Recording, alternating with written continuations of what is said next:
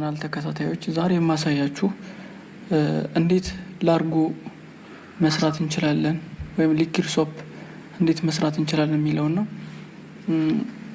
ከዛ በፊት ለቻናሉ አዲስ የሆናችሁ ሰብስክራይብ፣ ሼር፣ ላይክ በማድረግ ይቀላቀሉን። ምንድነው እንደምታዩት ፕሪካውሽን አለ፣ መጠንቀቅ ያለብን ነገር ስንሰራ ማለት ነው። እዚህ ጋር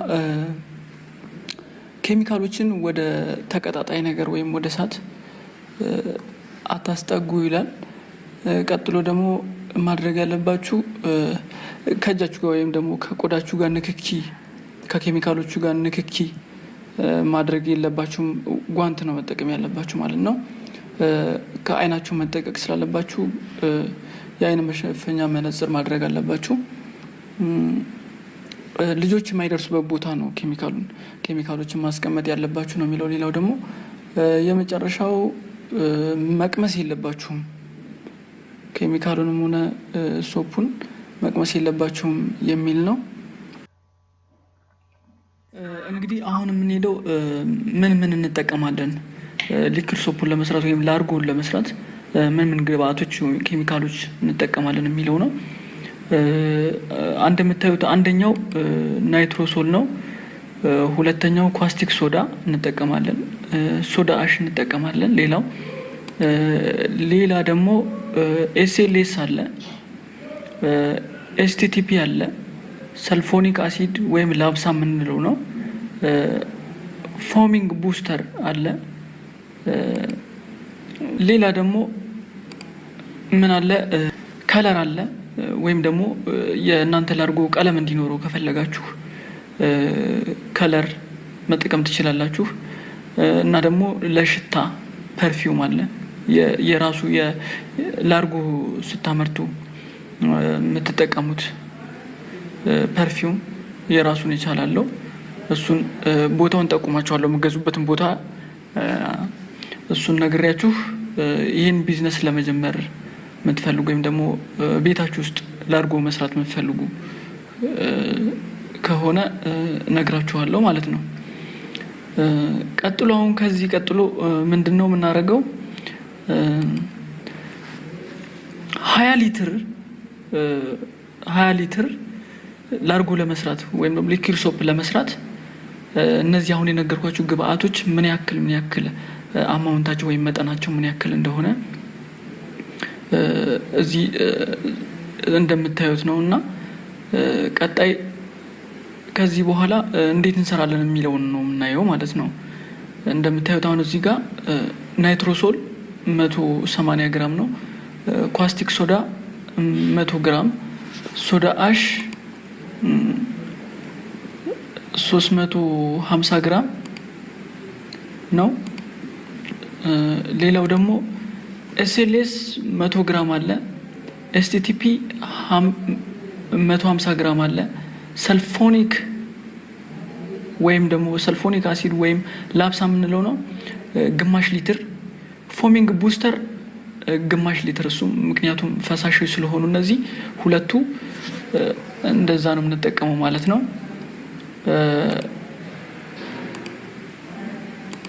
ሌላው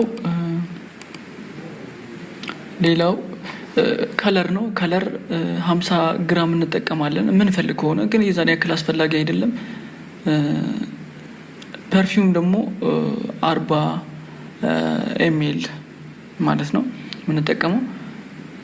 ስለዚህ ቀጣይ አሁን እነዚህን አማውንት ሜዠር ካደረግን በኋላ ሁሉን ነገር ካዘጋጀን በኋላ እንዴት ብለን ነው ላርጎ 20 ሊትር ላርጎ ማምረት ወይም ደግሞ ማዘጋጀትን የምንችለው የሚለውን ከዚህ ቀጥሎ በቪዲዮ እናየዋለን ማለት ነው። ተከታተሉን።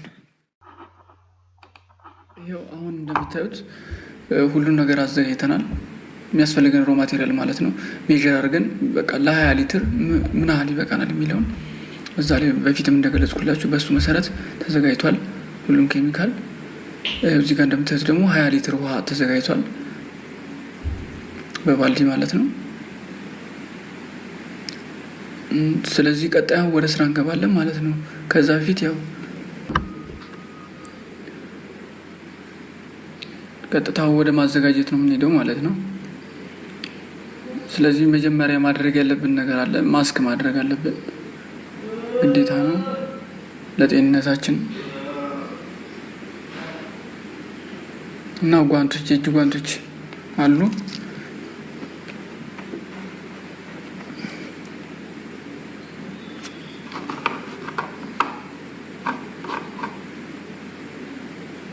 የእጅ ጓንታችንን በአግባቡ እናደርጋለን።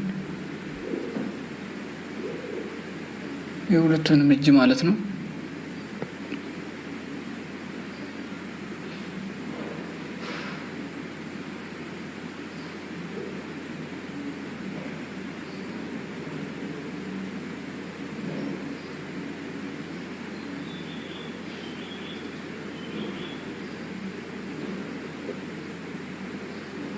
ይሄው አርገናል። አሁን በፊት ከሰፈርነው ውሃ ከ20 ሊትሩ ማለት ነው 15 ሊትሩን ወደዚህ እናስተላልፋለን ማለት ነው። በ15 ሊትር ውስጥ ቀጣይ ዲዞልቭ የምናደርጋቸውን ኬሚካሎች ዲዞልቭ ስለምናደርግ ማለት ነው።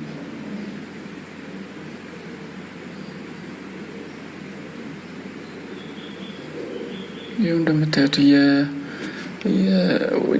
ወደዛ እየገለበጥን ነው። አሁን ምንድነው ናይትሮሶል፣ ኳስቲክ ሶዳ እና ሶዳ አሽን በዚህ በ15 ሊትር ውስጥ እያንዳንዳቸውን መበጥበጥ ማለት ነው። እንበጠብጣለን። ይሄው እዚህ ጋር ማማሲያው እንደምታዩት ነው። የኛ ማማሲያ ይሄን ይመስላል። እናንተ በፈለጋችሁት በዚህ ቅርጽ ቢሆን ጥሩ ነው። ይሄው ናይትሮሶሉ ገባ ማለት ነው። ስለዚህ በተመሳሳይ ሁኔታ ሌሎችንም ኬሚካል እንደዚህ እንጨምራለን እዚህ ውስጥ ራስ ውስጥ። ይሄንና ካዋሃድን በኋላ ተራ በተራ ቢያንስ በትንሹ ለ15 ደቂቃ ለ5 ደቂቃ ያክል እንደዚህ በማማሰል በስነ ስርዓት ማዋሃድ አለብን። እያንዳንዱን ለየብቻ ስንጨምር እያንዳንዱ እነዚህን ኬሚካሎች አሁን እዚህ የምንጨምረው ወደ 3 ኬሚካል ነው።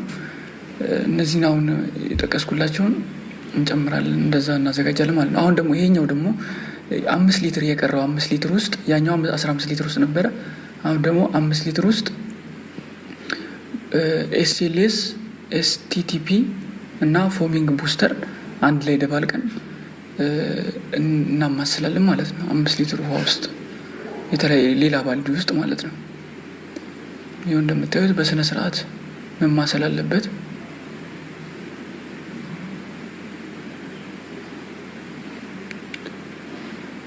ማማሰል ላይ ጥንቃቄ አድርጉ። በደንብ መዋሃድ አለበት እያንዳንዱ ለየብቻ ማለት ነው። ተራ በተራ እያማሰልን እንጨምራለን ማለት ነው እዚህ ውስጥም። ስለዚህ ያኛውን አዘጋጅተናል ኦልሬዲ መጀመሪያ ያዘጋጀነውን። ስለዚህ ይሄን ካዘጋጀን በኋላ ወደ ቀጣዩ ስቴፕ እናልፋለን ማለት ነው። ቀጣዩ ስራችን ምን እንደሆነ ደግሞ ተከታተሉን። ያው ምንድነው የምናደርገው? ከ15 ባልዲ ውስጥ የመጀመሪያ ያዘጋጀነውን ሶሉሽን ወደዚህኛው እንደባለቃለን ማለት ነው። ይሄው እየደባለቅን ከዛ ማማሰል ነው።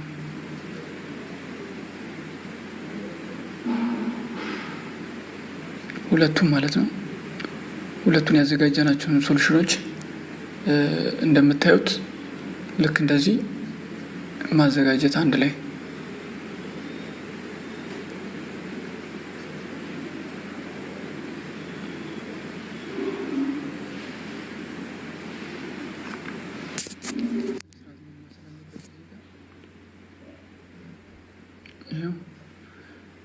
አሁን እንደምታዩት ነው። ሁለቱ አንድ ላይ የሁለቱ ቃስ አንድ ላይ ተደምሮ ወይም ደግሞ አንድ ላይ ተደርጎ ሲማሰል ይሄን ይመስላል። በስነ ስርዓት መማሰል አለበት። አሁን እዚህ ጋር ቀጥታ እንደምናደርገው ላብሳ ነው እየጨመርን ያለ ነው፣ ወይም ሰልፎኒክ አሲድ የሚባለውን እየጨመርን ነው። ይሄው አሁን ስናማስለው እዚህ ጋር ቀስ ማለት አለብን። አረፋ በጣም ስለሚወጣ በተረጋጋ በስነ ስርዓት ማዋሃድ።